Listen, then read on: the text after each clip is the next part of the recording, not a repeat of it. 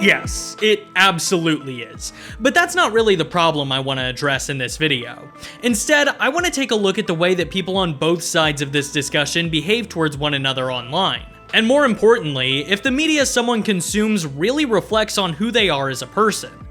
Spoiler alert, it doesn't. Now, I am not the type of person to subscribe to the concept that horror as a genre is inherently misogynistic. I personally think that that's an uninformed opinion perpetuated by people who read way too far into the wrong parts of these films. Just because a slasher thrusts a knife into someone, that doesn't mean that it's an allegory for sexual assault, despite what many pseudo-intellectual Twitter users and video essayists would have you believe. But the people who do support this theory are very vocal online, especially towards fans of the Terrifier franchise, and for kind of good reason. It feels like every week the greater horror community is debating the morals of watching these films, which leaves me in kind of a weird place because I don't really agree with either side here. Let me explain.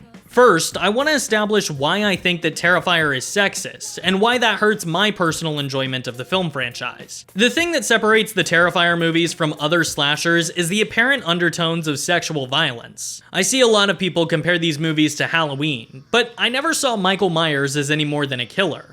Art, on the other hand, is shown to be a sexual deviant, with each kill either being exploitative of a woman's body or reminiscent of assault. Unfortunately, the lightest example of this comes in Art's first appearance, the 2008 short film entitled The Ninth Circle. In this short, a woman is waiting alone at a train station before being harassed by Art the Clown. This harassment quickly turns worse, however, when Art attacks and drugs her. She's then kidnapped and taken to this underground dungeon where she is bound and stripped before a man in a demon mask approaches her while removing his clothes. The first entry in this entire series has an implied rape scene, and there are still people that will argue that this is not misogynistic. But like I said, that glorified snuff film is somehow the most tame. Terrifier 2016 is perhaps the worst offender. The most iconic scene in the film depicts Art chaining a woman upside down by her ankles while she's almost completely nude. He then rips her panties off before taking a hacksaw to her groin and splitting her in half. If that's not an example of an overly sexualized kill, I don't know what is. Actually, all the kills performed on women in this movie are long and drawn out, emphasizing Art's enjoyment for torturing them specifically. When compared to the male victims in this movie, two of which are killed off screen, those sequences are not nearly as grand or complex. The longest is just this dude getting his head chopped up, but Tara survived multiple shots to the face just so that Art could continue mutilating her for a longer period of time. Now, I wouldn't personally consider that even treatment, especially when this woman got skinned alive only to have her breasts worn like drag by Art the Clown afterwards. And that's all not even to mention the suggestive ways that some of these scenes are shot.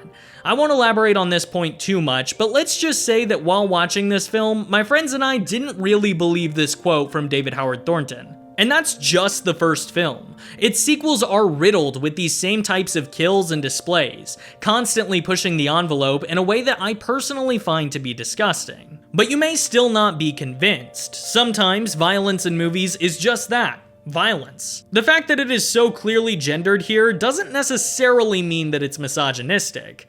But that brings me to my nail in the coffin point. In Terrifier 2, there's a scene where the boyfriend of one of the girls goes to relieve himself behind their car. With him exposed, Art takes the opportunity to slice off his manhood. Art then uses the dismembered phallus to toy with his girlfriend by just kinda showing it to her. Now, I thought that there was no way I could be the only one who felt that this was a little reserved given the greater context of the Terrifier series, so I did a little bit of research. In an interview with Variety, writer-director Damien Leone addresses this scene and says that he had ideas for how to take it further. One of which was Art blowing it up before tying it like a balloon animal, which would have been hilarious, by the way. But according to Leone, he cut this because he ultimately decided that it was too far.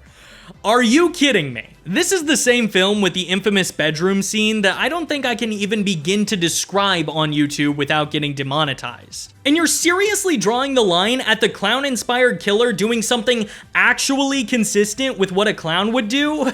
I'm sorry, you cannot convince me that this sexualized kill performed on a man wasn't cut purely because he is a man in this franchise. And yes, I'm fully aware of the shower scene in Terrifier 3, which I see commonly used by fans as a way to excuse this series' entire history of sexism. But what people often seem to forget about that scene is that even though the guy got it worse, there is still a nude woman being brutalized. This just so happens to be the first time they actually show a man being killed in a graphic fashion in a series that's been pushing out content for nearly a decade and a half. Not to mention that there's a common argument that the way that kill was performed is homophobic, but I'm not really the person to make heads or tails of that, just thought it would be interesting to bring up. All of this is to say that yes, this film series is misogynistic, but that's not all it is. I will admit that the complete lack of plot in the first movie makes it unbearable to me personally, but the series as a whole is not without some serious highlights. Being raised on internet horror means that I get excited at even the slightest hint of a mystery or unknown lore, and from the second movie onwards, Terrifier has this in spades. On top of that, I find characters like Sienna and her brother to be compelling and interesting. And of course, the undisputed best element of these movies is David Howard Thornton. Without him, this would be just another crappy B-movie series, but the way he, and by extension Art the Clown as a character, elevates this franchise has made it into what it is today. I mean, do you understand how rare it is to get a new horror icon? Aside from Art, the most recent one I can think of is Sam from Trick or Treat, but even then, that was all the way back in 2006. My overall opinion is that I don't like Terrifier, but I do love Art the Clown. Point being that I don't fault anyone who does like these movies, as I feel the appeal is easy to see. What ultimately matters is if you're the type of person who can overlook the negative elements to truly enjoy the positive ones. And there's nothing wrong with that. Well, unless you're on Twitter. Recently, I've gotten pretty deep into the online horror community, and oh boy, here's my grass is green take for the day. People online are mean.